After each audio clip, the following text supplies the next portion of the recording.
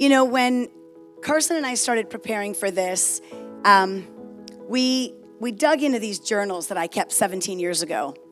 And there was a story in here that popped out at me, and I wanted to just share one last story with you.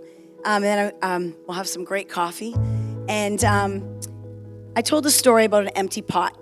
On the way out, I have gifted you all an empty pot.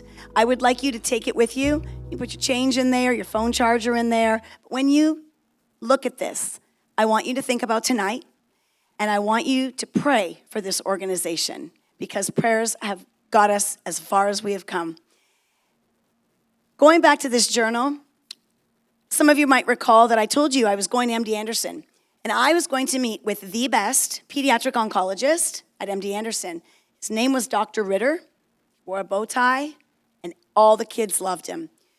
The decisions that we made going forth would depend on the wisdom of this pediatrician. We got to MD Anderson, and Dr. Ritter was pulled away on an emergency, and my heart sank. My kid is really, really sick. We are admitted to the ICU, and the best is no longer available. So my thought is I'm getting the second best, maybe. She introduced herself. Her name was Dr. Anna Franklin. She was very nice, and I was numb, so I sat down. I answered her questions. I gave Carson's history.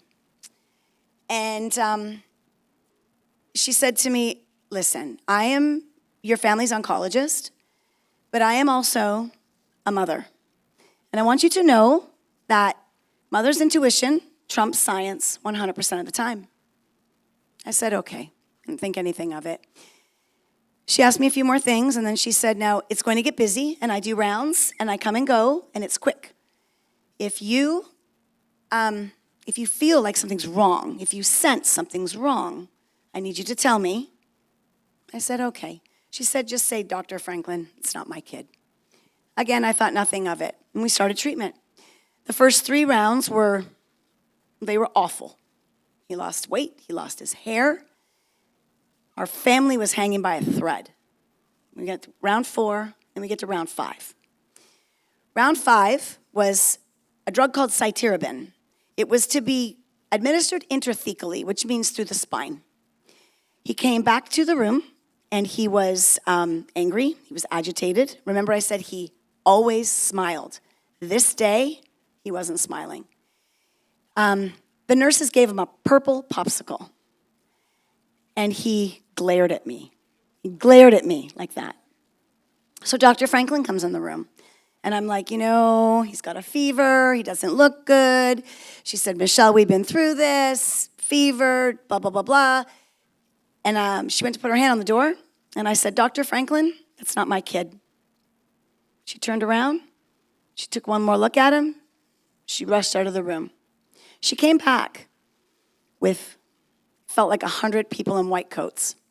They rushed him out of the room, and I said, is he going to be okay? And she looked me right in the eyes and said, I don't know. That drug, that cytarabine, gave my son chemical meningitis. It was burning the meningia of his spine, going up to his brain. I thank God every day for that woman, for the wisdom she shared with me that day, that mother's intuition trumps science 100% of the time.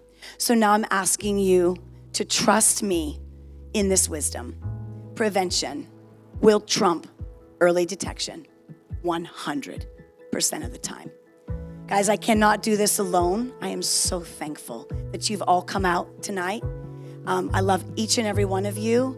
And I really ask that you would prayerfully consider being a part of our organization. I look forward to working with you. Thank you.